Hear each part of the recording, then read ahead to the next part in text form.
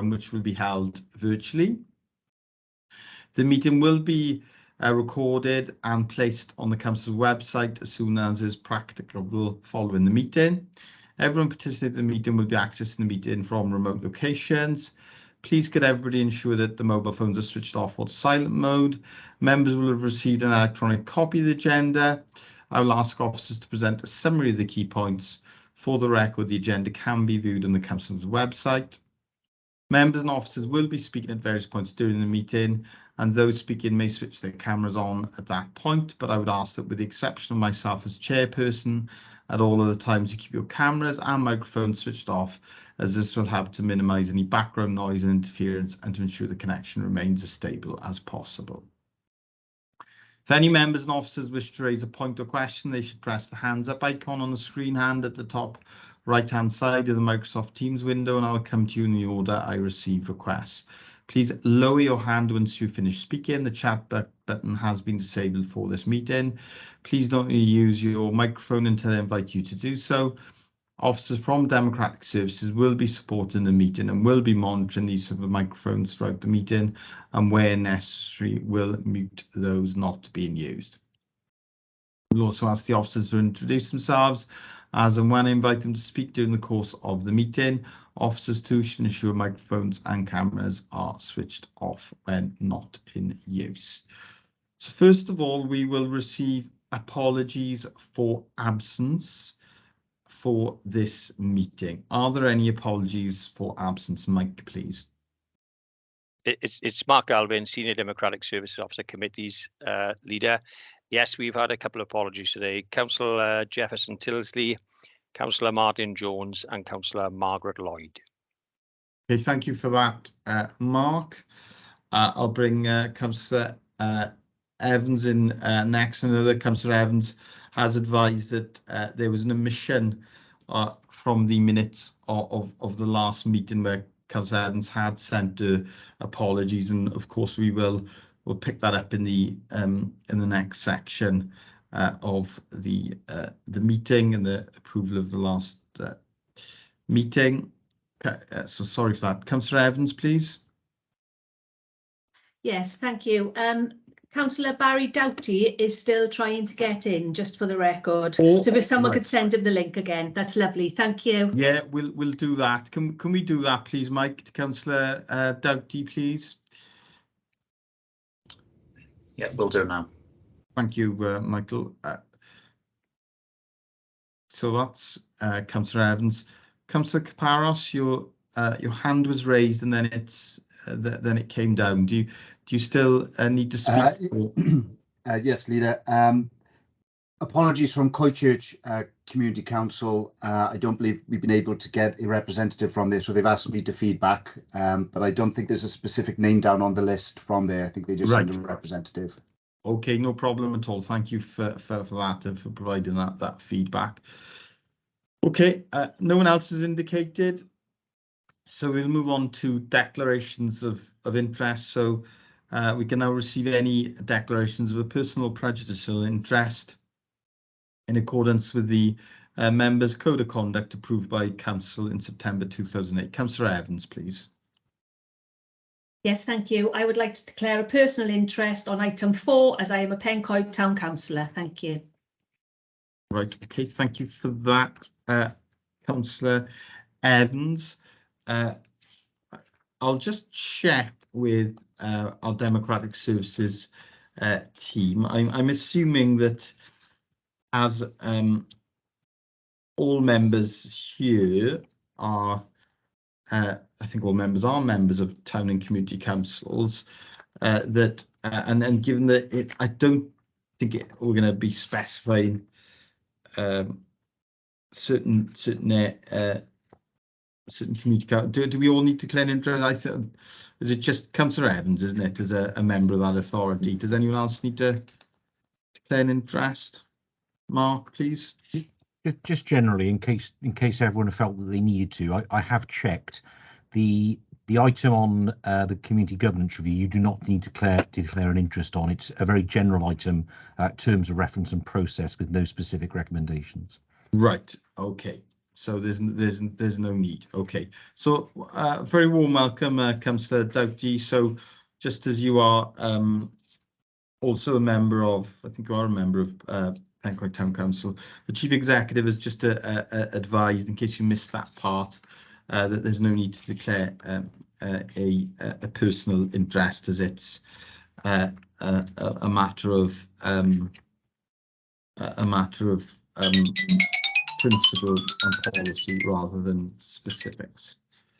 Okay, so I will now move on to the minutes of the meeting on the 1st of August, and with the omission that I referred to earlier, the addition of Councillor Evans, Melanie Evans, to the list of members who gave their apologies for that meeting. Do I have a mover for the meetings as an accurate record of that last meeting? Councillor Spiller, please. Thank you, Lee. I'm happy to move those as an accurate record. Thank you very much, Councillor Spiller. Do I have a seconder, please?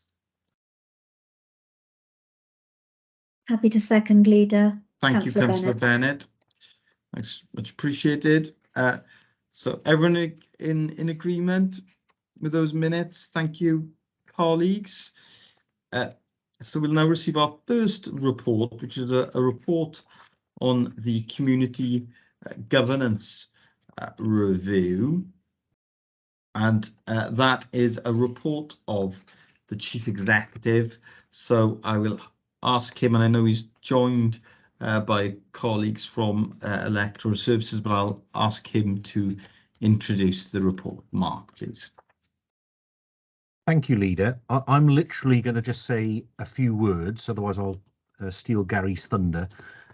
Really, I just, for members' benefit, the reason we brought this here is clearly it's something of direct interest and influence to every member of this forum. We are obliged to carry out a community governance review that will be implemented in time for the next scheduled elections in May 2027. Actually, the last time we carried them out was in 2009, so it's been a fair while. Essentially, what we will be doing is seeking representations around things like boundaries and representation and electoral parity for all town and community councils. So clearly it's directly relevant to you. But as I say, today is primarily around the terms of reference for that programme of work and the process. We will not be discussing specific proposals or getting into any of that today, but I do think it's important that we, at an earliest possible stage, share our thinking with you. So I think without further ado, I'm going to pass to Gary, who's going to take you through the report, and then of course both Gary and I are more than happy to answer any questions at the end of that. Thank you. Thank you, Mark. Over to you then, please, Gary. Thank you. Good afternoon. I'm not going to go verbatim through the report. I'm going to give you the summary of basically how this will work, the starting point, and the process. I think the report stands on its own merits in that sense. So how this will work, basically, the Bridgend County Borough Council is what we call the principal council. So under legislation, it's for us to set out how we wish the town and community council structures to function. But there are very clearly statutory consultations that we need to do, and we certainly wouldn't do this without consulting with the town and community councils and a number of other very relevant and interested parties in that, so that we make sure that this is a very well-rounded review that we will undertake. For clarity, once we get to the end of our review, we still have to pass this through to the Boundary Commission, and they still need to approve our proposals. So there is a potential if we come out of left field somewhere with some strange, weird proposal, they will likely come in and say, no, we're not happy with that, please amend it, or we'll do one ourselves. So there are some legalities around all of this. So the starting point, as the Chief Executive pointed out there, is the terms of reference. Now, we will take that to full council, and I'll explain when we'll do that in a minute, to get full endorsement, and we'll use that endorsement by full council as our starting point for the review. Now, the terms of reference is going to be the key document. It's not a legal requirement, but it certainly is best practice to do so, and we will be doing that certainly. What the terms of reference will do, it'll give an indication of what the timescales are, so how we would do this and where those timescales fit in. It will set out the process, and I'll cover a little bit of that in a second. It's also set out the consultation we need to undertake, but it'll also include a number of relevant considerations, things like the electorate forecast. What will town and community councils electorates look like in sort of 5 years' time? What are the democratic trends? Because obviously we need to set some of the things around parity between community councils at that point based on what their electorates will look like, not necessarily what they look like at this point in time. It will set out our naming conventions, and that will include Welsh language aspects as well, because sometimes it's important that just because if we do combine two community councils, it's not necessarily that we'll just concatenate the two community council names together to create a new community council. That's something that we need to look at and be very careful about to make sure that's representative. We'll also look at the council's size policy. What do we mean by that? Basically, this is one of the key things, and Mark picked this up at the beginning. It's about parity across communities and across wards within communities where they're created, so that the number of councillors per electorate is very similar across the piece, except the fact that we need to take some account of the fact that town community councils are different. So town councils are different to community councils, some urban and some rural. So there are a number of differences that we need to look at before we set that policy. There are some very clear guidance out there that will set the stall for this. But as a council, as the principal council, we still need to set a very clear policy of that. And that will be there in the terms of reference so that we're all working from the same hymn book, if you like. The other thing we'll take account of is amalgamation and groupings. Now, there is something within the principal council's responsibility to look at whether we want to set a minimum size for a community or a town council in order that community councils are large enough to discharge any duties that the council may wish to delegate to those community councils in the future. So what is the difference? Amalgamation basically means that the existing community councils are dissolved and a new community council is set up and created. Often, when you set up a new community council in that way, you will ward that community council based on the predecessor community councils that are making it up, so that there's some sort of resemblance of where they came from. As opposed to grouping, where community councils can come together as what's called a common community council, but they maintain their separate representations within that community council. We'll set that out in the terms of reference, and again, we'll look at that and see what comes back from yourselves in terms of consultation. The other area that we'll clearly look at is boundaries. Now, in the terms of reference, we'll probably lay out where the existing boundaries are, but we won't be proposing anything within there in terms of what the boundaries will look like. But we'll allow that to come back from the consultation. And as we did with or we had done to us with the council electoral review, it needs to reflect local identities and ensure strong, clearly defined boundaries tied to ground features. And obviously what we'll try to do where they exist, removing any anomalous boundaries. So that is all part of what the review will do. So what is the process? In essence, once we've published the terms of reference following endorsement by council, we will invite all town and community councils, along with any relevant interested parties, to put forward suggestions of any changes they would like to see implemented. So we're not doing this under community councils and town councils. We're saying, what do you want? What changes would you like to see happen, both to boundary and even electoral parity that they would like to see? We will allow 12 weeks to this. You can allow between 6 and 12 weeks. I think it's appropriate that we give the maximum time possible to get those responses in. So we will allow 12 weeks. Obviously, then there's a period of time that we as the principal council will need to review that and consider our own thoughts and options that we would like to see input into that. We may set up a member forum within the council to help to drive the review of those proposals before we basically draft a report and set out what our draft proposals are for the arrangements going forward. So we will publish that report, and from that report we will again write out to all the town and community councils and all the relevant interested parties and seeking their considerations, their responses, their views to that proposed report. Again, we will allow 12 weeks for that. Again, there's a maximum time that is felt appropriate for those interested parties to respond and for us to take into account. Once we've got all those back in, it's our role again to consider those reviews, to look at it in depth and detail. Again, we may have the member panel again to help us review that and come up with the considerations. And then we will basically write the final report. We will then go to council to get an endorsement of that final report before we publish it. At that point, we inform the Boundary Commission. And at that point, they might come back and say, we're not happy, or they might say, yes, that's fine. And then we wait 6 weeks before the order is made. Normally, at this stage, certainly under the current guidance and regulations, there's not many changes that come back from that, unless there are things of accuracy or something that is fundamentally wrong. And that would then be a change. Otherwise, that would normally go through and the order would be made. And that order would get us through then to be implemented for May 2027 for the local elections then, and not beforehand. So trying to give you a rough estimate of timescales for that. If we get the terms of reference into council in May 2023, well, obviously we need some time to prepare all those documents we talked about, you know, the electoral estimates, looking at the size policy and things like that. We need to get that in. We're looking at May 2023. So we'll initially, hopefully, start the consultations in June 2023. So therefore, sometime around about September 2023, we will consider all those submissions and write the report. And I think we're looking probably towards January 24 to publish the draft proposals.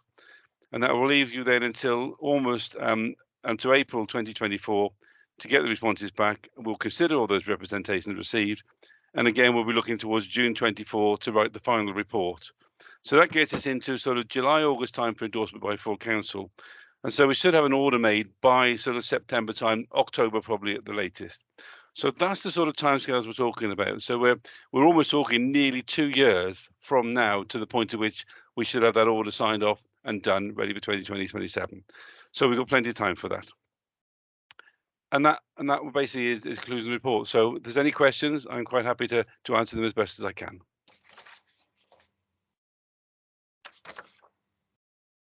Thank you for that, Gary. That's a very helpful overview of the report. Are there any questions for Gary, please? Councillor Spiller, please. Thank you very much, Leader, and thank you, Gary, for your report. It's more of an observation really than a question, and that is, as you'll know from our conversations before, there are huge disparities in the community council that I'm a member of, that I welcome being addressed, because the result of it not being addressed is a huge imbalance for the electorate. I found the report very interesting. I'm sure there will be other community councils that will be considering, or community councillors considering the size of some of the outlying community councils as well, but also the issues with getting people to sit on them, which obviously we were more than aware of in the last elections. So it seems a very sensible process, and just to welcome your report. Thank you very much. Thank you. Thank you for that, Councillor Spiller. Yes, it's recruitment to community councils has been a struggle in the past, and it seems to be getting more difficult, doesn't it? Councillor Williams, please.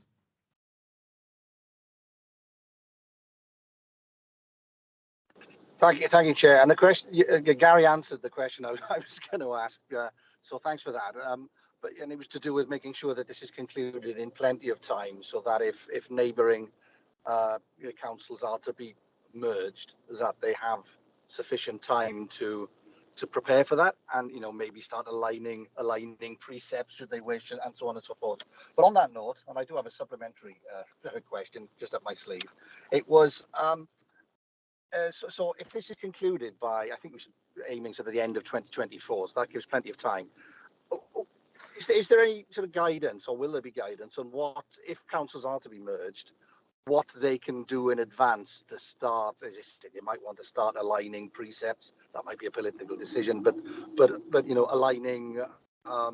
aligning administrative support and other rules and that sort of thing. Would there be some things they could do and some things they couldn't, or could we just have guidance on that, or closer to the time? And would there be support available from BCBC, presumably, because it would be BCBC who would be doing it to the councils, administrative support or just general support to aid the process of merging councils should that happen?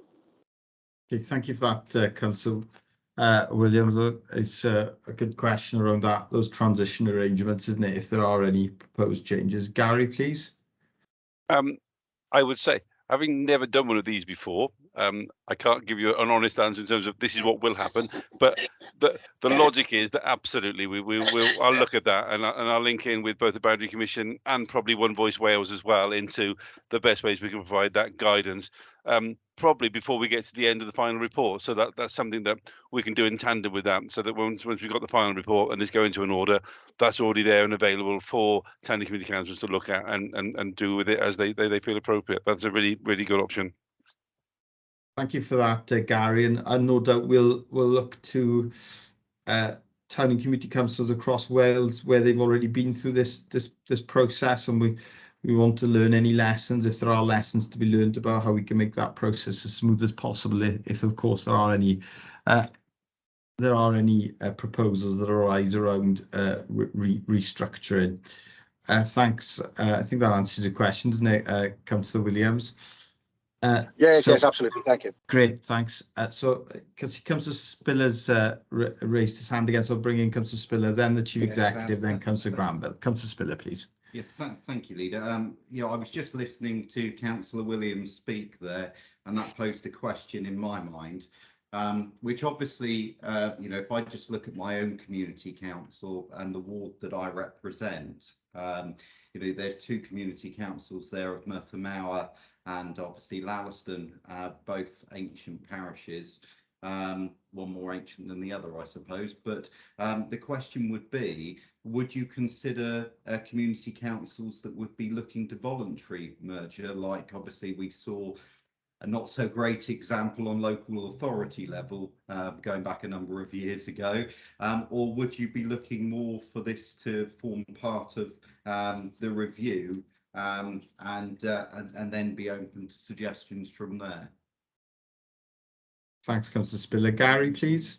I think the preference would be to leave this as part of the review, because there are obvious things. We've had a number of things that we know about and we're aware about. The Merthyr Mawr, particularly the size of that. We're aware about the electoral arrangements in Llalliston. So those things we would expect to come out from that review, and to do it as part of that review, and not to try and do it separately, even though it's voluntarily. Because what you've got to remember, if you say we want a voluntary merge, well, actually what you're doing is you're dissolving those community councils at that point in time, and then we're creating a new one, and then everybody's up for election at that point in time. And there are probably things we can do that help in that process before we get to that point. But in terms of the official process, the last thing we would want, Gary, is that situation, Gary. Yeah. I think we've had enough elections for the time being. Absolutely. Okay, thank you for that, Gary. Thanks, Councillor Spiller. And next we've got the Chief Executive, please, Mark. Yeah, just briefly, Leader, thank you. Just one caveat, really, on the timescales that Gary identified. They are our best estimate. What I should throw in is, should there, for example, be, I don't know, an early general election or other elections that are unexpected, of course, that will deflect from that, and they may have to be revised, those timescales. So I just put that caveat on. They're not absolutely written in stone. They are what we think we can achieve with a fair wind and in normal circumstances, but were there to be something that got in the way, we would of course have to amend those. Thank you for that, Mark. Yeah, that's an important clarification, and we have had that recent experience in recent years, haven't we, Gary, where the decision to hold a general election, for example, has not been planned for, and that can take primacy then in terms of arrangements around elections, etc. Okay. Councillor Granville, please. Thank you, Leader. Thank you, Gary, for that report. Very interesting reading. Are we saying that if we do set up a working group, are we going to say that community council have to merge or not merge? Can we have some clarity on that, please? Well, Gary, please. Yeah, thanks, Leader. The aspect will be, obviously, what will come back from Tandy Community Councils about what they require to happen will be an important feeder into this process, because it is about consultation, and it's not really that we want to do unto them rather than they have a choice in that. But the council will obviously consider its own position, and that may come through. So if the council decides that actually this is in the best interest for the electorate, that they are merged, then that will be our opinion is it will be merged, and that will end up being put into the draft report for consultation again before the final report. But that's not to say that, you know, we will only do that where we really feel that that is a necessity for what is the best electoral arrangements for the electorate. But normally I'd expect that most of this will come out from the consultation process beforehand. Thank you, Gary. Leader, can I Can. ask a supplementary on that, please? Yes. Are you taking into cognizance the LDP and the UDP for future housing coming into community areas as well? Because I think you should take that into consideration, because I'll just give you an instance. There are 2,000 houses coming into Canelli, right? So Canelli is going to be nearly as big as a town, right? So, you know, we could change Canelli to a town council, technically, right? We will be bigger than some town councils. So I just think we need to grasp that point as well, Gary. Gary, please. Yeah, what I picked up when we do the terms of reference, one thing we'll be clearly putting in there is what we think the electorate size will be in the next 5 years. So at the point at which it goes forward, and that includes demographic trends. So we will link in directly with planning for that information, because they will be the ones that will tell us, you know, where the developments are going, what they've got in their LDP, what the electorate, because there's a sort of percentage you can work out based on population to give you what the electorate is likely to be. And so we'll have all those figures going forward. So absolutely, Councillor Granville, we'll take all that into account before we come up with proposals. Thank you for that. That's reassuring. Points well made by Councillor Granville there, that we want this, we will, I'm sure, ensure that this review is a review that looks forward and is able to assess the challenges and the pattern of communities in the next 5 to 10 years, because we don't want to have to return to this for a long time once we've undertaken that review. So we will do our best to forecast and plan and look to see what our communities will look like within those timescales. Mark, please. Yeah, thank you, Leader. I was just going to try and give Councillor Granville and indeed other members some reassurance, I suppose, that in an ideal world, the process would be that we would all reach a consensus, really, on what is sensible. Gary's already made the point, we're not ideally looking to impose things that are unpopular or not wanted. I mean, it's hard to understand exactly how this plays out, but that wouldn't be the intention. I suppose just on that theme, we mentioned earlier that we think it would be good practice to have a member panel. Perhaps I should emphasise that member panel would be cross-party and politically balanced as well. The idea again being that all of those representations are heard at that point as well. So just some clarity really, and hope provides some reassurance. So thank you. Yeah, that is reassuring. Thank you for that, Mark. I can't see that anyone else has indicated that they would like to speak on this report. So the recommendation, colleagues, is to note the report, and actually I'm sure, Gary, that we will report back, you will report back to this forum on the progress of this review, and indeed the makeup of that cross-party, no doubt cross-borough review panel. So I don't know, any indications, Gary, at this stage on when you'd like to come back to this forum, and anything more that you need from us today?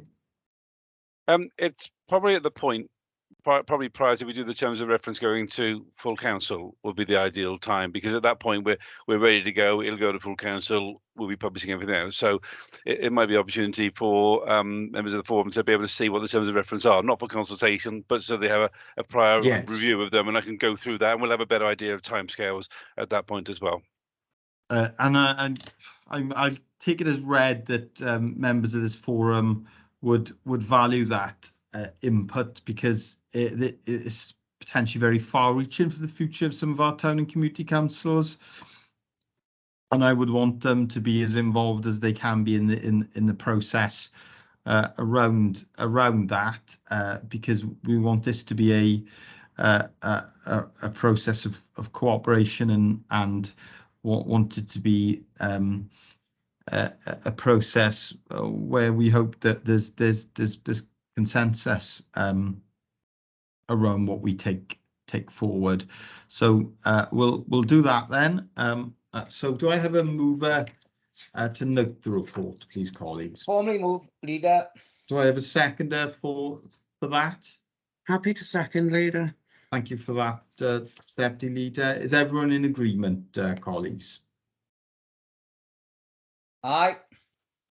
And what I suggest, thank you, Gary, sorry to add to the to-do list, but because this is so critically important to the future of our town and community councils, is that we send a note out to all town and community councils, updating them on progress of this review, because obviously the attendance from colleagues from town and community councils here today is not as high as we would like it to be, and I would not want those town and community councils who are not represented here today not to know about this this review. I know there's, I'm sure, statutory processes and notifications, but we want to go above and beyond that, don't we, in terms of keeping our partners informed of this process. So if you could do that, Gary, that Yes, would, I'm sure, be appreciated. I will write out to all the prompt. clerks. I'll get in there to all the clerks as soon as I can.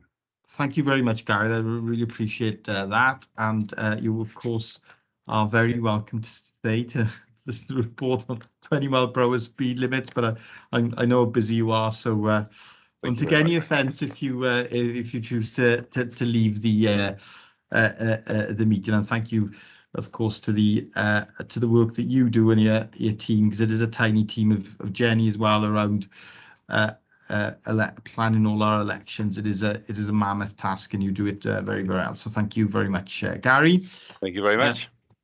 And now we will receive the second report on today's agenda, and that is a report of the Corporate Director for Communities, and it is on the implementation of the 20-mile-per-hour default limit in Wales from September 2023. And this is a report of the Group Manager for Highways and Green Spaces, Kevin Mulcahy, who I know is here today, but the report will be presented by our Head of Operations and the Communities Directorate, Zach Shell. So warm welcome to Zach, Kevin and colleagues, and over to you, please, Zach. Thank you for the introduction, Leader. Unfortunately, Kevin had to give his apologies today. He had a last-minute call away, so he couldn't be on the call. No problem. But to be honest, we've got the really important person, which is Phil. Phil and his team have been working on this, and you know, he's our resident expert, and Phil will be taking us through a presentation. I'll just say a few words on this before I hand over to Phil.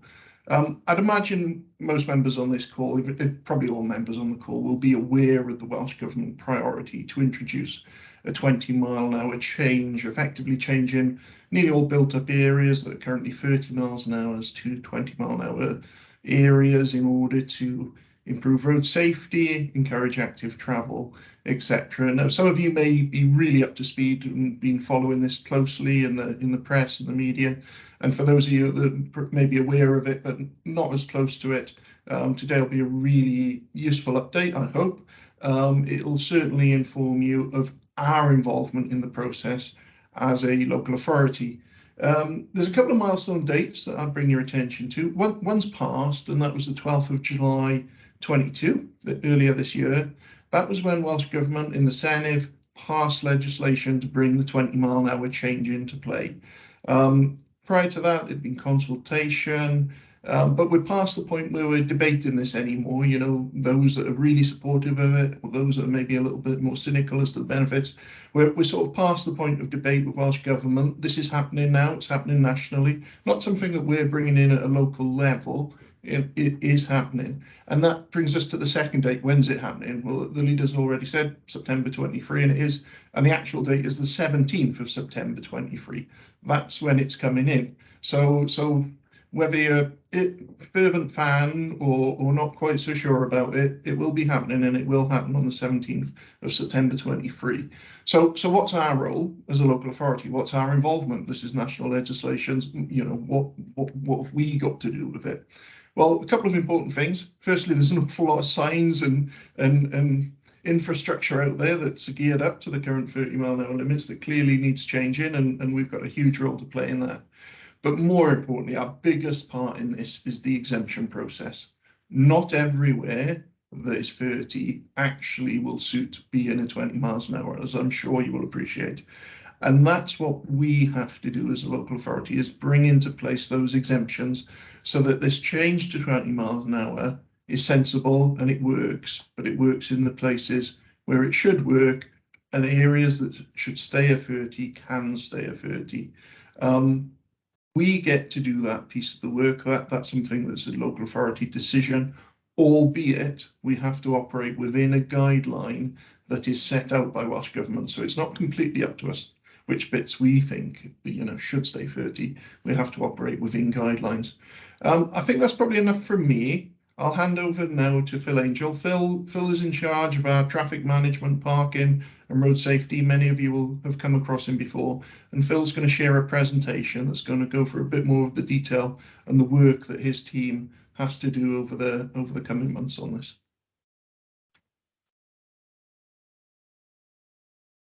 Okay, thank you, Zach. Thank you, Leader. If I can just put a presentation up, if I just bear with me just a moment. If I can, I'm hoping that's now showing. Is anything showing? Yes, we can see it. Thanks so much, Phil. Okay. If I introduce myself, Philip Angel, the traffic management and parking team leader. So made a short presentation in relation to the 20 miles per hour, restricted roads, and the changes that's going to come in place in September 2022. There's some vast changes, but if I go through some of the history of it first, just to sort of put it into context. A lot of it will be just what Zach has just explained there, but it's a done deal. It is happening on the 17th September. There's a few changes. There you are. So what we've got is from September, the default 20 mph will apply to most residential and busy pedestrian streets. And I've changed some of the word there to most, because there is also this confusion about a restricted street, which I'll cover, and streets with street lights. Doesn't necessarily mean they're restricted roads. What it will do on the restricted roads, it'll be reducing the 30 mile per hour to 20 mile per hour. And what Welsh Government is saying that these are the benefits, the spin-offs from doing that. They're looking at a reduction in road collisions. There's been surveys carried out in that. The braking distance when you're just traveling at 20 miles per hour compared to 30 miles per hour. The additional factor on that is also the seriousness of injury if there is an injury collision, greatly reduced if at a lower speed. It's anticipated more opportunities to walk and cycle in our communities. People will feel more comfortable to seek alternative means, which in turn will help improve our health and well-being, and in turn making our streets safer and the safeguarding the future environment for our future generations. And a lot of that is also the fact that the anticipation, because people will be able to cycle and walk easier, that there'll be less cars on the roads. The proposed timetables, as that just said, we had 2020 was the original task force, the final reports, which were all accepted. 21, we had the 8 pilot areas, which most of you will be aware of, the local ones in Brights Major. public consultations, and then the 12th of July, the legislation's actually passed. It was anticipated that the data from the trials would be out this year. It's now not likely to be out until middle of next year, which is not ideal, because obviously it would give people the opportunity to learn from it, the other authorities to learn from it. Although we've been fortunate, all of the authorities, we're working together with Welsh Government with some verbal and feedback through press and other means as to the success of the pilots and what did or didn't work. And then 22-23, the the traffic orders and traffic regulation orders for the processes of 30 miles per hour to actually be implemented. So we got the date 17th September, albeit Welsh Government are saying that we'll have a 20 mile per hour on the restricted roads. Not, as I said earlier, not all roads are restricted. Therefore, we've got a need for a lot of traffic orders. We're looking at the moment about 108 for our authority, which is a vast. Normally, we'd be running at, say, maybe 10, 15 traffic orders in a year. We're looking at that many. It's got to be in by September. So there's a lot of background work which is involved in it. The first phase, they're the pilots, picked with the different authorities volunteering, and some picked for other reasons. As I said, we've had some feedback from some of them. Some are maybe more relevant to other areas because of the layout of the areas. St Bride's Major is a very small area, and it's a straight through road. Doesn't offer maybe the same information for us to try and compare for area, like for like, which is what we're trying to do. However, two of the areas in particular we've had a lot of feedback from. Buckley up in North Wales there, a lot of press and feedback from the authority up there, which is quite interesting and something that we're very conscious of taking on board. They introduced a pilot scheme on all the restricted roads on 20 miles per hour. It's within a very short time, months, they received a massive number of signatures opposing. And what they're opposing, this is the interesting bit, is not the 20 mile per hour but across the board for all roads. And that was, I think, the main issues in relation to that. And also we had the same issues in Monmouthshire. And Monmouthshire, two areas in Monmouthshire, Sevenside and Abergavenny. But again, the concern was predominantly the 20 mile per hour on all roads. And in Caldicot, they put on a bypass, and the criticism was, why have a bypass and then restrict the speeds to the 20 mile per hour, which then could defeat the benefits of such a bypass. As a result, some of the roads have gone back to 30 miles per hour. And they also introduced a part-time 20 mile per hour for school times in the vicinity. There's a school which on the bypass. They've introduced the 20 mile per hour part-time for that area, which appears to be well received. And I know Swansea do something similar, and it's something which we've been looking at, and Welsh Government have certainly supported in principle. So there's been work ongoing for some considerable time. There's a lot of research and work behind.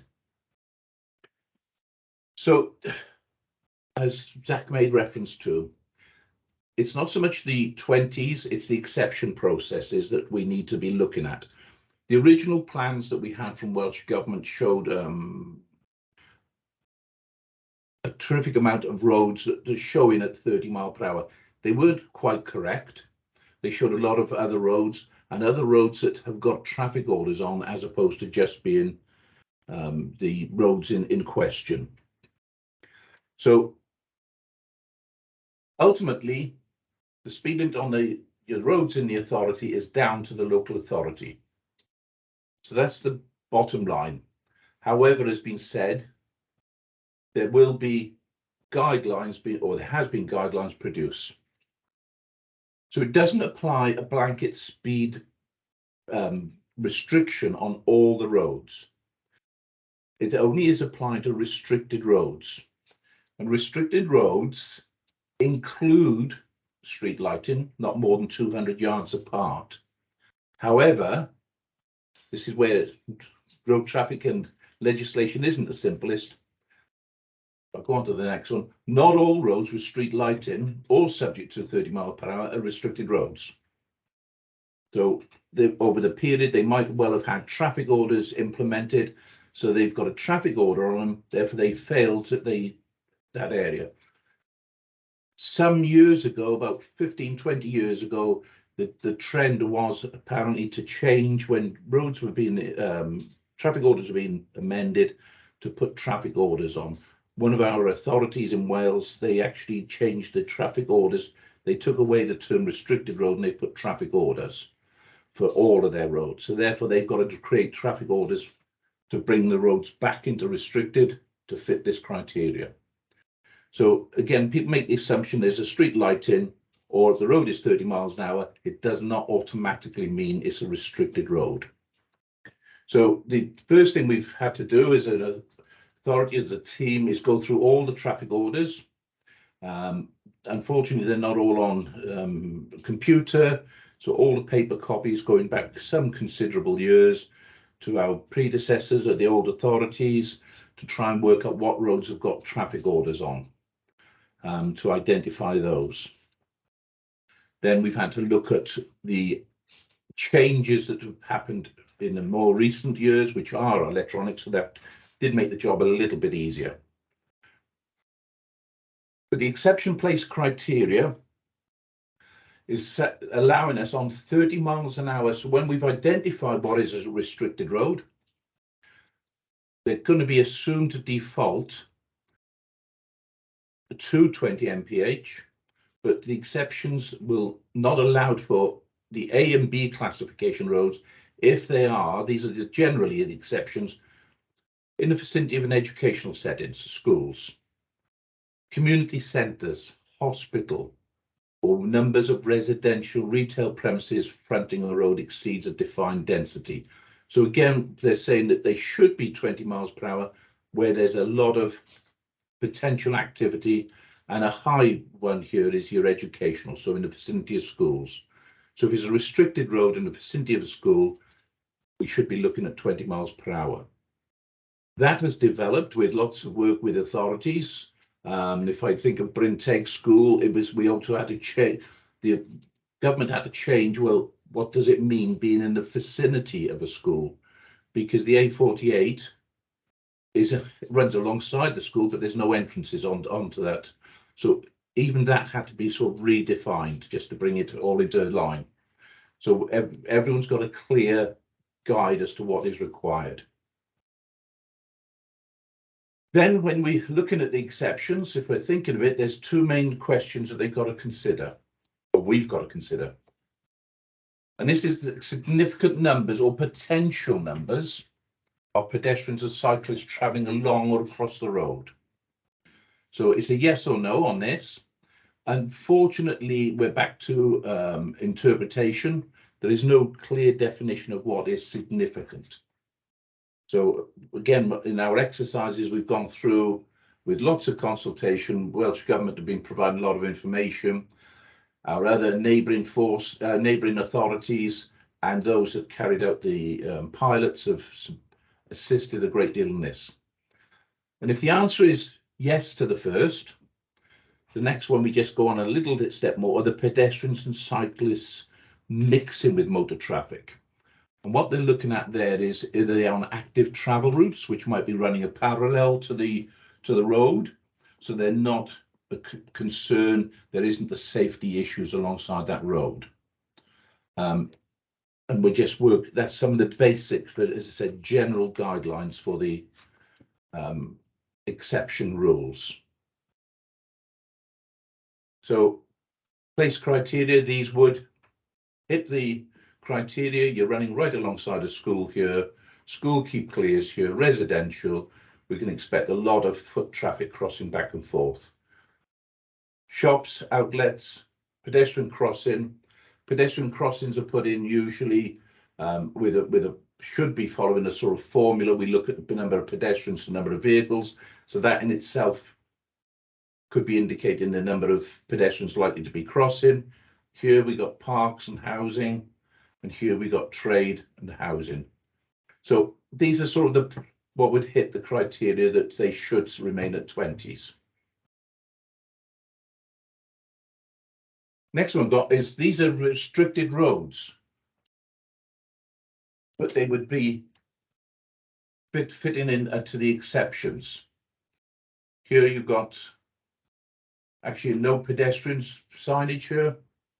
So even though it's 30, you've got street lighting in the vicinity, street lighting here, street lighting there, street lighting all within 200 yards. I'm sorry, I can't remember the metric, it's 100 and something. But again, the likelihood of pedestrians or cyclists are very, very limited. So these would probably fall within the exceptions. Classic one I can think about in Bridgend would be your dual carriageway running alongside the Civic. It's a 30 mph, it is a restricted road, but that would, the Welsh Government actually identify that themselves, besides what the exercise we've carried out, as fitting the exception criteria, so it would remain at 30.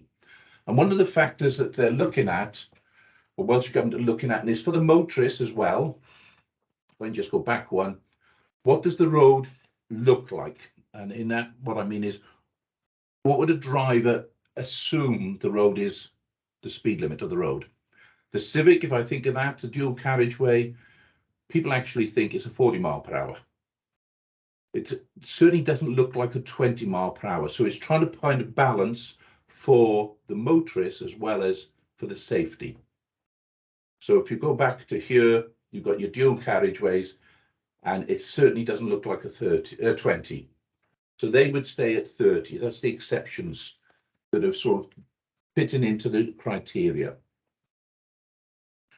The other reason for the exceptions is also then links into the signage that we can put up.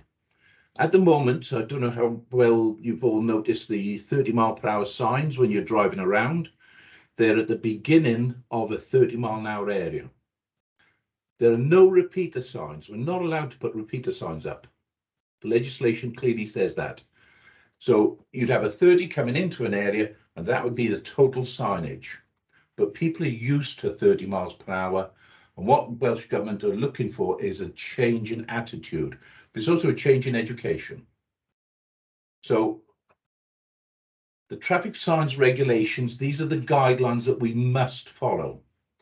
So we're allowed terminal signs at the beginning and the end of a restricted area. So if all of Bridgend was restricted, you'd have a 20 mph as you came in, and you'd have a 20 mph stroke 30 mph as you left from whichever direction. Now the concerns there are whether people will pick up on that. So you're driving along the Civic, the dual carriageway there. Will you recognize that that is a 30, or will you recognize it as a 20, or as people are doing now, they're anticipating it's a 40? So there's advantages in keeping some of the roads as 30s for safety, in the sense that we can then flag up the other areas. If we maintain a 30 on a distributor road, if I stay at the Civic again, as you're going past the Civic, you can have repeater signs on the 30, but then that allows us to put the 20, 30 mph, so 20 as you're turning in, 30 as you're coming out, at junctions going into the residential areas. And the thinking behind it is going back to where they had the objections in the different areas where they've carried out the pilot, is putting 20s across the board. Most people are in agreement with 20s in your residential areas, your estates. It's the distributed roads that are where the clash comes between some people wanting 20, some people wanting 30, and the general users. So it'll allow us to put additional signage up. to increase awareness. So when drivers moving off the distributed road into the clear residential areas, there can be additional signage. And the other thing is the temporary signs, speed limit signs outside schools on 30 miles per hour. And therefore we can then put gateway, classed as gateway features, which are bringing it to the attention of the motorists what the speed limit is. So it's like a repeater sign, but they'd be illuminated and high profile.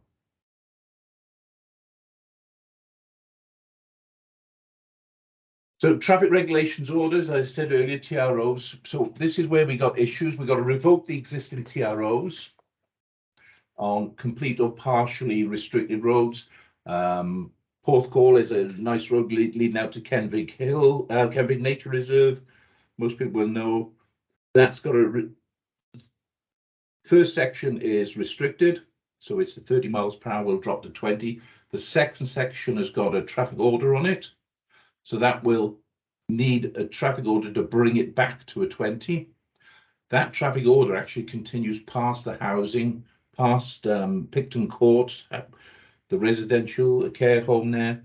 So again, it's a partial restricted road status, so we'd have to change the traffic order. At the moment, we've got a number of 20 mile per hour zones which have been introduced. They don't fall under the restricted road status, so they would need a traffic order to bring them back into the restricted roads. Also means in those locations, we've got to take away the roundels, which is painted on the floor. Because they're no longer a zone, we actually put additional signage, because if they have had traffic calming, to put traffic calming signage, which wasn't required previously because it was a 20 mile per hour zone. We need new traffic orders for agreed exceptions, traffic orders for variable speed locations, and traffic orders for gateway features. I mentioned the one where if we got a 30, we could be coming into a school area, we'd put 20, but we're looking additional if you're coming in off the valleys, you're coming down on the bulk there, and the Ricos, you're coming all the way down, you're going to come into a 20 from a national speed limit. So rather than 60 to 20, which is not ideal, we put 40s in, so it'll be a 60, 40, 20. So by the time you reach the houses, it'll be 20. So we're starting to slow the traffic down. Those are not included in the Welsh Government plans at present, although Abergavenny, they had to introduce those because, again, they got 60s coming straight in into otherwise a 20. So that's where we're going with the number of traffic orders that are required. So do excuse me, I've talked a lot. I'll show you some plans that might make life a lot easier. Welsh Government produced massive plan of the authority. I cannot print that. I couldn't even, it's so big and it's showing loads and loads of streets. It actually shows Treco Bay as being a restricted road, which is interesting because it's not ours. It even shows the roads in Sandy Bay. For those who can remember, that's 20 odd years ago, I think it closed. So this is what they're looking at. This is the current 20 miles per hour. You can just see on the here. What we've had to do, what we've got to do is to put all that information on. These are called tiles. They're needed for traffic orders and for enforcement purposes. So two of our team, we got technicians, and they've been working on these plans, moving them onto a more manageable project. So the green that you can see here, this is Aberkenfig, are the existing 20s in the zones that we've got. These, all this in red is the proposed changes, and the black is this outside the scope. So again, what you'd be looking at here, it'd be if this as it sits as it is, you'd have a 20 sign there, 20 sign there. Of those you know, this road, people don't tend to stick to the 30s as it stands. That would be your total signage for coming all the way through here. Your next sign would be here as you're coming in for a 20. Concerns there that people, if they miss that 20, because the road is indicating, suggesting that it could be a faster road, as they turn into the residential areas, they'll continue at 30. So in line with what's happened in other areas, The proposal, it is only proposals at the moment. All that in green would go to 20. The part in red is proposed that we would keep that at 30. So as you come off here, you've got clear 20s, 20s. So as you're moving into the residential, the shops, what most people would accept as should be 20s, you've got clear signage there, there, there. And the same up here, as you're coming through, the continuation of that road right the way through, that would be 20s as you turn into Aberkenfig. It would stay the same up here, and then 20s as you turn into the residential areas, and 20 as you come into the housing up here, and the industrial estate where you've got all the shops likely to see pedestrians. So by keeping a small section of 30s, what we're proposing that it be safer than putting a whole lot of 20 and it not being enforced, and you've got additional opportunity to signpost it. Because if we go back one, we could put a 20 sign there, 20 sign there. We cannot put anything else in here. So as they come off this, we're not allowed to put any additional signage. And that's the regulations that we've got. So that's one of our areas that we've moved them onto tiles. Brackler, this is as it stands at the moment. That's your existing 20, which will need traffic orders to change that, and removal of an awful lot of signage. This is all the proposed 20s. So again, I think there'd be about 5 signs. You'd have a sign there 20, sign there 20, a sign here 20, one up here, and one as you come up the top here. So most people in this residential area will accept the 20, but what you've got here is, does this road appear to be a 20 miles per hour? And it's trying to put the balance for the motorists to give them a clue. Classic people will say yes, but there's enforcement. There is not going to be there's enforcement now, and we got everything. Every area has speeding, so it needs more than pure enforcement. It needs the streets to look like they're a 30. They don't look like they're a 20, whatever. So our proposal here, that's outside the zone. Your 20 would come in here. All these properties back away. Sorry, your 30 would come in here. There's your 20s. Your 30 runs along here around your main distributor roads. Okay, so you've got your distributor roads running all the way around. These are your schools, because the majority of these properties here are backing onto the roads as opposed to facing onto them. These are your schools here, and what we'd be looking at, or considering, it is only proposals, is your 20 mile per hour gateway signs that would be illuminated. They come on at set times. So it could be at 8:30 till, or 8 o'clock rather, to catch your breakfast clubs till 9:30. And again, in the afternoon, some areas it might be all day, but they'll be working Monday to Friday. They're illuminated, they're on boards coming up, and we can illuminate those up as you make classic gateway features coming into here. Rather than our concern if you stay here, as people coming in, this road could appear to be a 30, and will you get the speed limit? So it's trying to push people into thinking, okay, that's 30. Wow, I've come into a 20. Penderyn, is it where the whiskey is? Penderyn, you'll see that up there. You see it in Swansea. They've come up. If you go up to Penderyn, they're very old signs.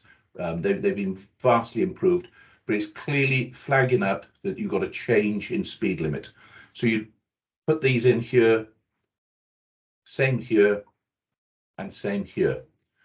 So you're trying to draw the attention of the motorists to these areas. It will mean where you've got streets coming off, you'll have clear 20s. But we can do that. Yes, there's signs, but it'll be 20s as you're going into these areas, trying to remind people that you're into a residential area and you're looking at 20s. Another classic one would be like the 4106 Newton Nottage Road, Porthcawl. as you're coming along towards the roundabout where you're turning left in towards the town, turning right outside towards Connelly, where you turn into the Estate Hill Goedwig, we'd be looking at clear 20s, as opposed to trying to put 20s along the whole road and losing the motorist. And it's trying to put that balance in for the safety reasons. These are considerations, and that's all they are. So that's where we're at. These have all been run past with Welsh Government, the signage that we've looked at. We're no different to most of the other authorities. There is a terrific amount of signage to go up. It's been funded by Welsh Government. As I said, they've signed up to the 20 miles per hour temporary signs as being effective. So that's where we're hoping for. Our next steps. So we're looking at the end of the year, beginning of the year, the engagement consultation process. So those plans, those tiles as they're called, that we've been preparing will be available. It's going to be online because the amount of locations, as I said, we've got over 100, I think it's 108 at the moment, different areas that we're going to need traffic orders on. And they're going to have to be quite clear because some of them will be moving a 30 to a 30, but we'll still need a traffic order. So it's an engagement consultation that's with members, our community councillors, public and statutory bodies. We assess all those responses and we assess and I say the term relevant and valid, because we will get objections, which we've have in all of our traffic orders. Some can be a bit totally non-relevant, and we're anticipating objections one way or the other for all of these, because there are parties that want 20 everywhere, there are parties that want 20 nowhere. So we're anticipating that. So we assess the responses, consider amendments. As I said, these are proposed plans, they're not preemptive, they're just what we're putting forward. Consider amendments if they can be changed, if it can adopt some of the concerns. Then the second stage then, so this is a formal notice of proposals. And again, it goes back out to consultation again with all these bodies, our statutory bodies, including the police, the emergency services, road haulage, bus companies, and the public. We assess the responses again. We anticipate there will be objections.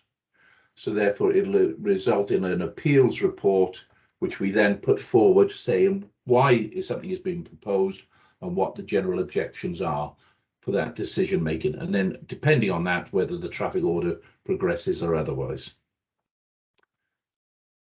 Leader, I'm sorry, I've talked for a long time, but that's the proposals to date. So no need to apologise. That was a very helpful overview of the process, the work that's to be undertaken. A huge amount of work has been undertaken. A huge amount more work has to be undertaken to get this ready in time for September. I know you're working flat out to achieve that objective. I can see that some colleagues have indicated already. So we'll take questions now if that's okay. So first up, we've got Councillor Wood, then Councillor John, then Councillor Williams. So Councillor Wood first, please. Thank you, Phil, for your presentation. Did I hear that Welsh Government are funding all this? You heard Welsh Government are funding for what we're doing at the moment, the signage. For the funding for next year, no decision has been made as to how much. And it's a bit of an unknown because we're going to have to involve our legal teams, direct labour to install, and our engineers. So we don't know what the expenditure will be the next financial year. And at the moment, we don't know what funding will be coming from Welsh Government, although they have said that they will be funding it. So okay. I'm sitting on the fence a little bit there. Yeah, I was just going to ask you any idea what the actual cost would be. We've had 580,000 made available this year. But the expectation is that we spend it all. At present, we haven't spent it all because we've not paid for, as I said, the legal and engineers, because the engineers, we want to put a sign at a junction of the, coming down that dual carriageway past the Civic, the junction of the Park Street. We can't just say we'll put 2 signs there. We need an engineer to go out and say, right, where can these signs be situated? What services are underneath? So we need to use other individuals.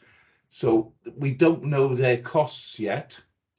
So it's a bit awkward to actually to say that what the exact cost is, but it's anticipated it will be funded. And on that, if I just can, Leader, we will be putting, we're not preempting, but some of the signs or the posts and some of the signs, but we've actually, and this is the same across all the authorities in Wales, we'll be putting covers on them, but some of the signs will be up prior to the orders because we cannot put them all up on the 16th of September.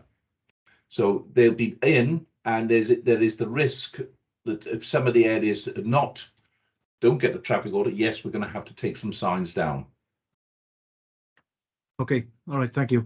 May I just add a little on that point about cost, Leader? Of course, yeah, please do.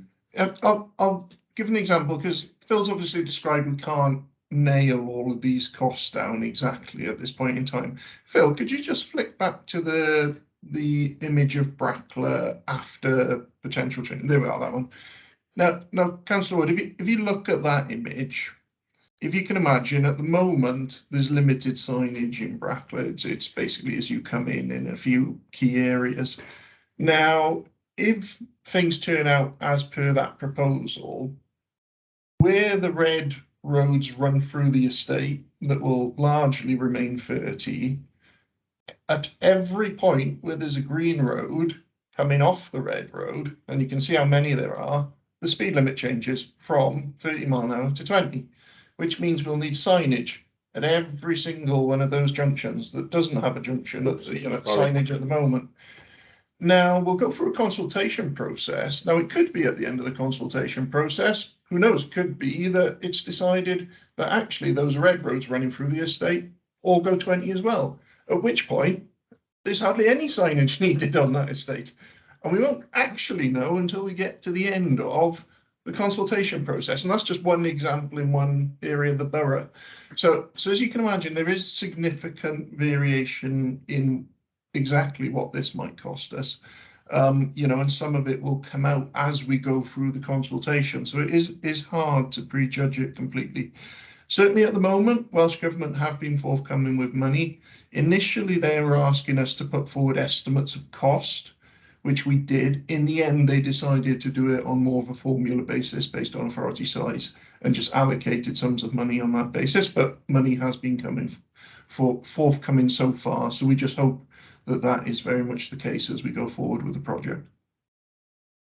Thank you for that, Zach, and certainly the representations that continue to be made by Welsh local government to Welsh Government is that this is a Welsh Government initiative and it should be fully funded by Welsh Government. And there's been no indication that will not be the case. And of course, it is a phased initiative as well. So we anticipate that it's more question of Welsh Government not knowing because it's a unique process. It's never been undertaken before.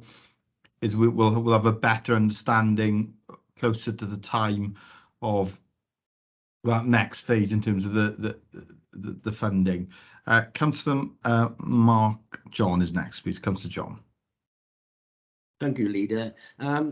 Phil, that was an absolutely fantastic presentation you've made. One of the interesting things, or one of the interesting questions I got, do you feel that your team, which are doing the amount of proposals now, are able to take on the extra amount and be able to provide it in time? Is your team big enough, or because there's a massive disparity between what you have been doing or potentially what you're capable of doing and what needs to be done, if that makes sense? Thank you, Leader. Thank you for that, Councillor John. That's a good question, and no doubt Phil will answer that now. I think we can, Councillor. The concern I've got, and this might be the ideal forum to say, other matters are going on the back burner. The traffic management team actually consists of one traffic management officer, which most of you councillors have had communication with, Sarah Frampton, and one technician, Emily Bale. We've been very fortunate. We've got an additional traffic management officer from agencies working 3 days a week, Keith Power. And again, a lot of you will know Keith from previously. And we've got an additional technician, Majik Alexandrovich, if I've pronounced it correct. And they're on a 2-year contract. And in that sense, we're far more fortunate than some of our neighbours who, because right across Wales, there's a demand, been a request for traffic management officers. And to get one that knows the business and knows the area, we're very fortunate. As I said, albeit Keith's only 3 days a week. So the whole team, their main functions are this. Yes, I think it's doable, and I think the team is working exceptionally well now. The 2 technicians, perhaps I'm showing my age, they can do stuff on computers and maps that I struggle on. And I've only got to ask them, this is what can we do this, and they can do it. So we're very fortunate. We've got 2 exceptional technicians and 2 good traffic management officers, but other factors are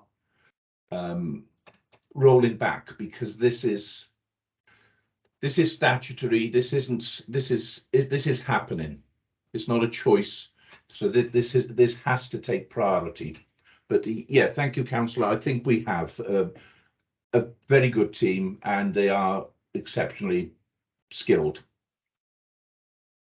Thank you for that, Councillor John, and I'd echo that. They're a dedicated team, and they're very committed to ensuring that we reach this timescale, and I'm confident that they can. But it is right for Councillor John to flag that there is of course a risk to some of the other work, and all the work that the team undertakes is important. But this one now has a timescale on it, and there's no wriggle room on that timescale. It is a matter of legislation and law. Councillor Williams is next, please. Thank you, Chair. There were two quick questions. I've mentioned them before. There was a third one that's come up, but I will be quick to the football. I have mentioned them before in the training session we had, but obviously this is a more formal forum. I note the Brackler scheme is a good example now, and it's still on the screen. Hill Symonston there is out of scope because it's not currently a 30.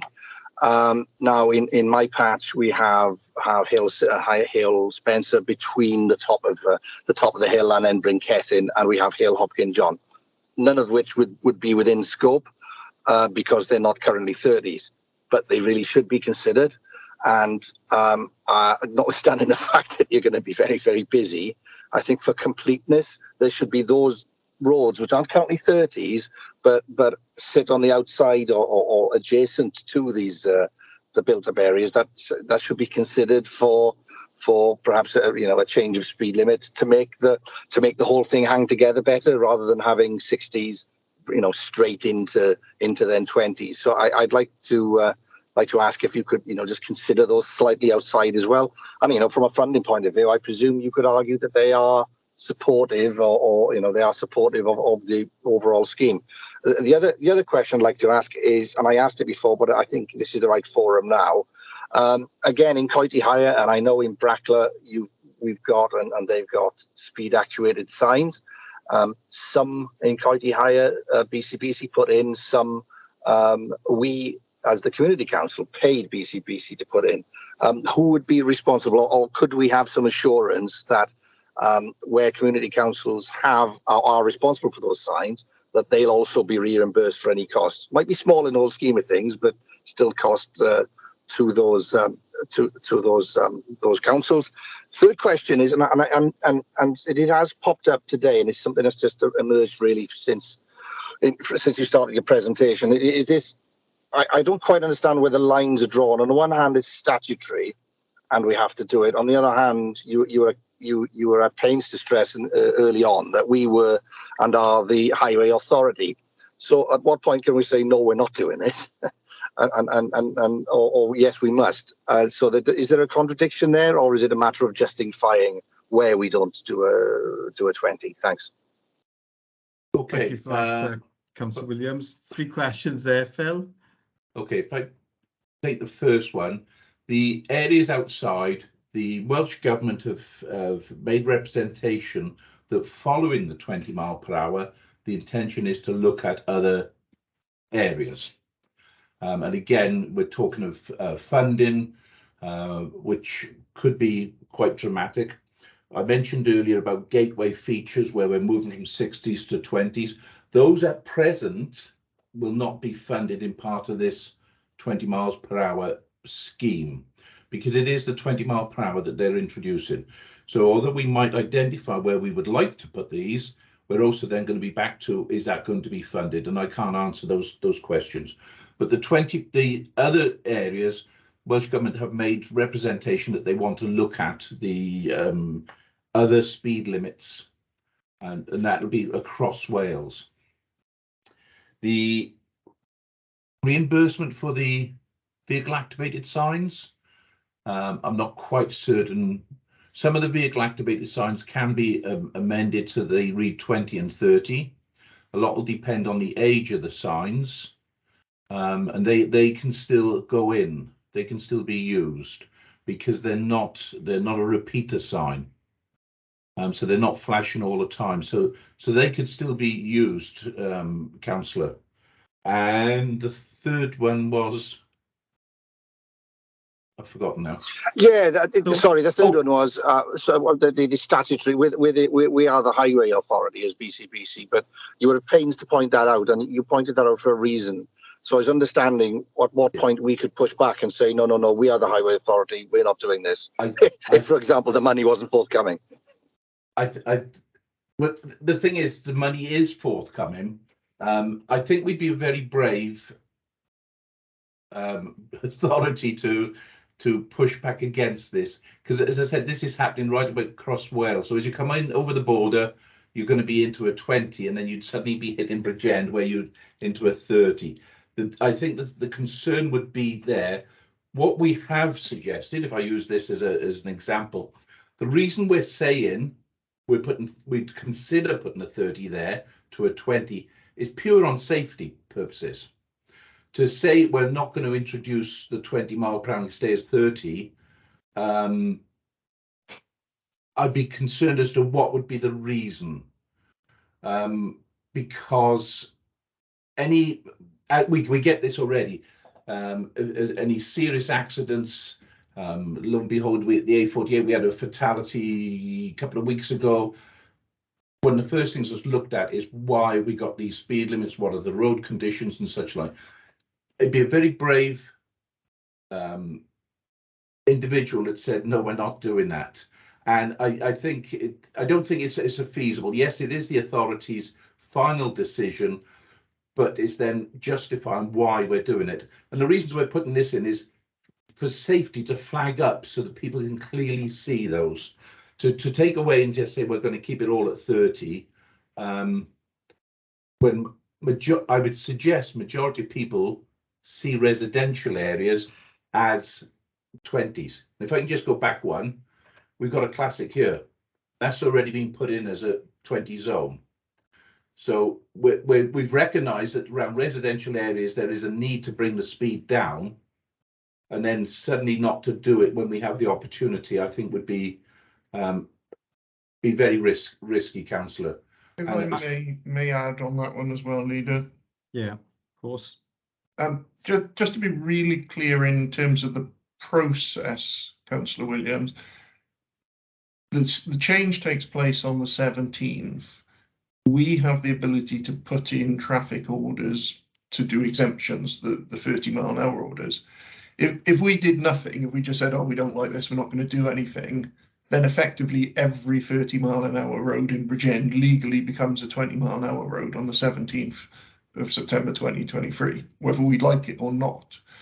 If we wanted to keep it all 30, we would, Phil, if I'm right in this, we would have to make traffic orders for every single road to change it to a 30, because legally by default it becomes a 20 on the 17th. So we have the ability to control the process by saying these roads sensibly should stay a 30, but that's the limit of our control. The default national speed limit and the restricted roads changing automatically to a 20 happens on the 17th next year, whether we like it or not. And just to emphasize that, because it is an important distinction, you're right. We have got that power, Councillor Williams, but the power is around the exemption process, isn't it, Phil, effectively? And even then that is limited. So there's an exemption process, but we have to clearly demonstrate as part of the exemption process how we are improving road safety.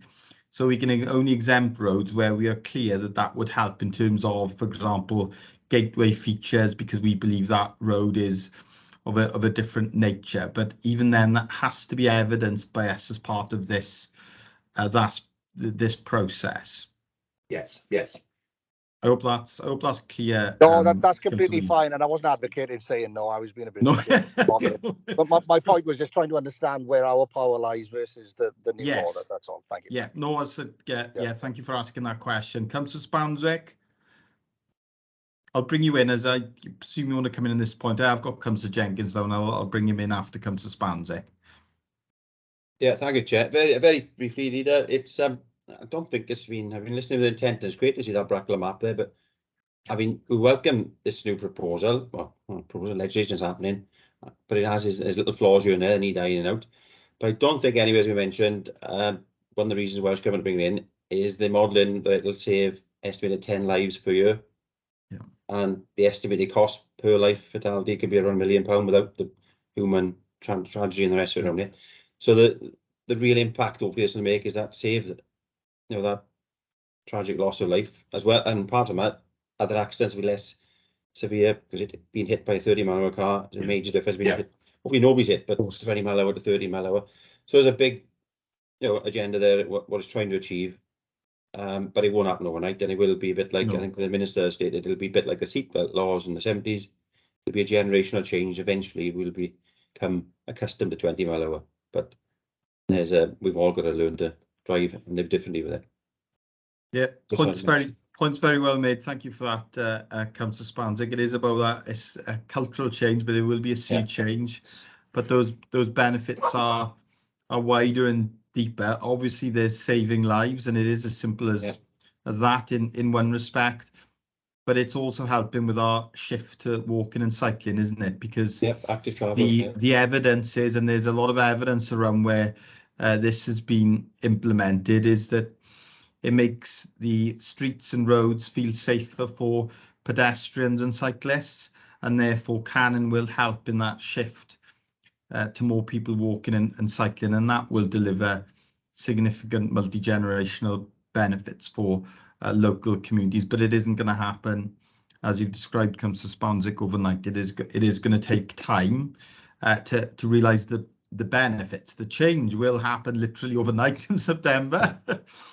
But the benefits will be delivered over a longer period. Councillor Jenkins is next, please. Yes, thank you very much, Leader. Thank you. I'd like to thank the officers, obviously, for their comprehensive presentation there. So I'll try and keep these brief. Like, I'll put them down to 3 things, really, which my fellow councillors have alluded to at the moment, would be signage, etc. Firstly, would it include the vehicle activated signs, or would they have to be funded externally, either by BCBC or the community that they're in or requested in? A second is based upon the comprehensive report and the study that led to this 20 mile an hour road had full backing from, I think, GoSafe, all safety organisations. Local authorities signed up to a pledge to help enforce this along with the police. right? So how would you my question would be, how would you intend to enforce the 20 mile an hour limit? Because as we know at the moment, people are abusing the 30, 40, 50, 60 mile an hour limits, right? Quite frequently. And without enforcement, and given the constraints that are placed on the police, without that enforcement, it's about as much use as a chocolate teapot, right? So, and the third one would be, after this has bedded in and we found significant amounts of abusing of the order, would BCBC be more amiable in its view on putting physically calming measures in? Having studied over the years, you were our sister authorities either side of us, they seem to be more forthcoming in putting physical steps, rumble strips where possible, chicanes, various humps, but calming measures. At the moment, BCBC, from many of the things we requested, are not very amiable to physical calming measures. So those are the three things I'd like to place before yourselves and the officers. Thank you. Phil, if I may, I'll come in. I'll take the last one and then leave the others to you, if I may, Phil. Okay. So, Councillor, on the physical calming measures, and Phil may add to this. I mean, one of the challenges that comes through physical calming measures is we start to get into, as if you can imagine the scale of this change, if you started to implement those on any significant scale, we really would get into much more significant cost territory. So for me, the need for physical calming measures would be something that would need to be considered post the changes, and if there are particular problem areas, then those would need to be considered. Our normal process for putting in things like physical calming measures is annually Welsh Government give out money for road safety improvements, and where we have demonstrable issues, we can apply for funding to put in road safety improvements. So I think for me, it's something that could happen down the line, but we'd need to get the change to 20 in place first, see that cultural shift that's been, talked about. I was referring to where we will have, after change, historical abuse, as we have in the past. But BCBC on the calming measures have been very reluctant to ascertain to our requests, and particularly up in Slimby Valley. Yeah, I mean, what we generally do when we have requests for measures such as that is look at accident history, because that's what qualifies for Welsh Government road safety funding. So we have a very, very small BCBC budget. And effectively, when we put in physical measures, it comes through Welsh Government funding that we apply for on an annual basis. At the moment, that funding is on hold because all of the focus is putting the money into this project. But that will return in due course. But when we put forward those proposals, there normally has to be an accident history as well, statistically, to back up the issues that we're presenting. Otherwise, we don't qualify for the Welsh Government funding. So it does become more of a funding question when we're putting in expensive physical features throughout the borough, and it normally has to be. Basically, bottom line is, if we've got a genuine accident black spot where problems keep occurring and accidents keep happening, we can get money and we can put features in, to put very simply. But quite often we get requests for measures to come into play where there's a perception of an issue, but quite often there isn't the actual accident history recorded to go with it, or indeed when we've done speed surveys, an actual significant history of speeding as well. So if there's a genuine accident history and recordable speed issues from speed counts, then we can absolutely apply for funding. We can get funding because Welsh Government are very good at awarding the funding on an annual basis, and put in physical measures where they're needed. Thank you for that. Do you want to cover the other two, Phil? Yep, the first one I think was vehicle activated signs. That isn't part and parcel of the 20 mile per hour grant that we've got at the moment, and they was something that would be considered in the same method that the reason that they're considered at the moment is when we've identified issues, and Zach has made reference to speed surveys, so we'll carry out speed surveys, and a lot of these areas we have carried out speed surveys in the last couple of years, which is also going to be beneficial for us to perhaps measure, because we've got it before and afterwards. And again, if there isn't an expectation that the speed limit will suddenly drop, as Councillor Spanswick said, this is going to be over time where you've got a change of attitude. Enforcement still sits. I think it's Westminster Council have just decided that they've got some special legislation. They're trying to enforce speed, but otherwise enforcement in Wales, or rest of England and Wales, sits with the police. The enforcement is down to the police. Location of speed cameras is down to, I say the police, GoSafe, and the police is down to GoSafe. If they don't support an area, we can put the camera there, we can pay out all this money, it will not be activated. They deal with that. They also, the revenue goes to GoSafe, which is always interesting to make certain people know that, because some people will say it's the council just making cash out of the motorists. So the enforcement still sits completely with the police. They were part and parcel of the original the 20 MPH, and they raised the same issues that we've had when we've talked about other factors. Zach just touched about traffic calming. We contact all emergency services and their views on these things, and the police and GoSafe have spelt out that the enforcement still sits with them. It's not something that we as the authority will or can take on at present. Whether that changes with legislation in time, I can't answer that. Councillor? Yeah, well, thank you for that full explanation there, yeah. So I won't hold my breath then with the police. As I say, they're under pressure, and I appreciate that, but there seems to be very little enforcement of anything, you know, and that's the point I was trying to make. But I thank you for clarifying that. Thank you, Leader, that you've satisfied my my questions at the moment. Thank you. What we will do, though, if we can take it away, please, Phil, is we'll do a specific piece of work about vehicle activated signs, because actually there's a range of different signage, isn't there, across the borough, Phil? Some of them indicate that motorists need to slow down. Now, presumably, they may need to be adjusted if, for example, they advise motorists to slow down if they're driving in a 30 mile per hour area and they're driving at 32 miles per hour. Now, and they don't if you're driving at 27 miles per hour.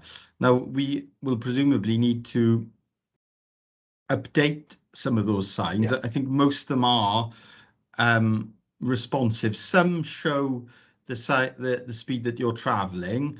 I'm not sure if they show the speed whether you're traveling over or above the speed limit, but it might be that they all need to be undertaken. And what we will certainly do is, if whoever paid for them or was responsible for them, we've had funding from Welsh Government, and we would want, if possible, to obviously fund those works, because this is part of the 20 mile per hour rollout. So that's an answer to the question from Councillor Williams earlier as well. So we'll do some specific work around that, won't we, Phil? Because actually, not in a sort of systematic way, but there has been a growth in the use of those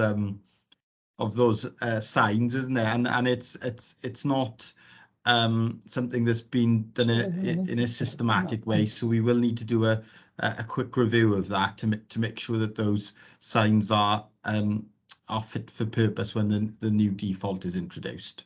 Yeah, we're doing an audit on the VASs that we've got and trying to identify, because some can be altered, others can't be. And as you said, we don't want someone doing 25 in a 20 and it's going to show green light saying okie dokie.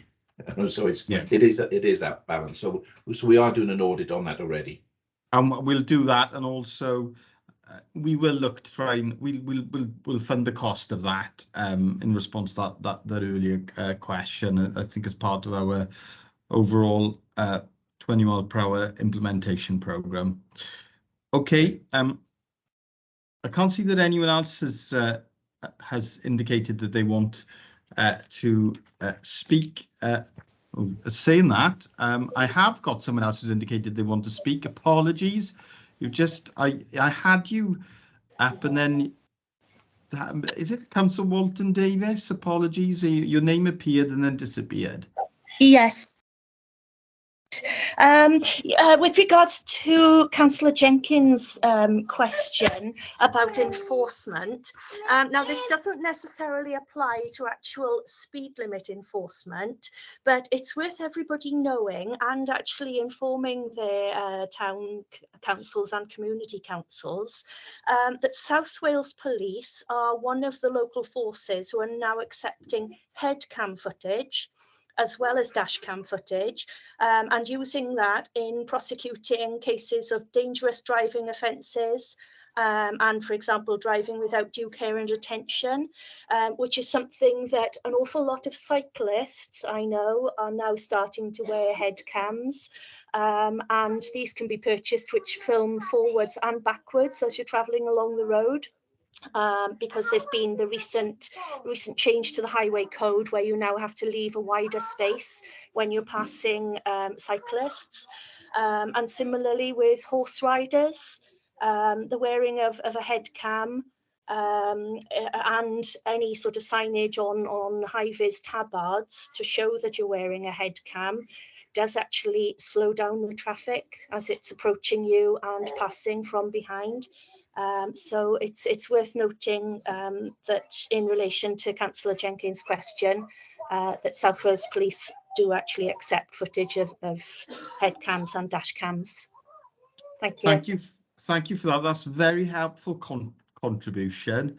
I had indeed seen some report of the use of footage. It may have been from South Wales Police. What we'll look to do is whether we can publicise that more widely, because I certainly am supportive of that. Anything that makes our roads and streets safer for motorists is to be welcomed, and I don't think anyone who drives carefully and within the law and responsibly has anything to fear from the greater use of such footage. So we'll make contact, Phil, with South Wales Police, Zach, and consider helping to get that message out ourselves. Anything we can do to encourage more sensible and responsive and careful driving by motorists is something that we will try to do to help with that cultural change. Zach, please. You're on mute, Zach. Zach, you're on mute. Oh, yeah, I've unmuted now. No, I was just going to expand on that point, Leader. I think it's a very good point the councillor made about the use of personal footage.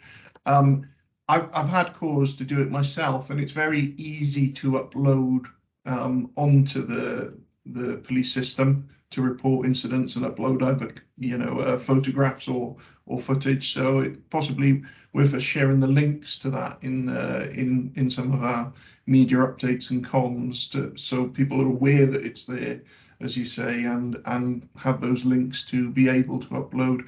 Doesn't always result, as I know in my personal case, it didn't result in a prosecution, but certainly, because there will be many instances, I'm sure, that the police have to deal with, and they certainly can't take action on every occasion.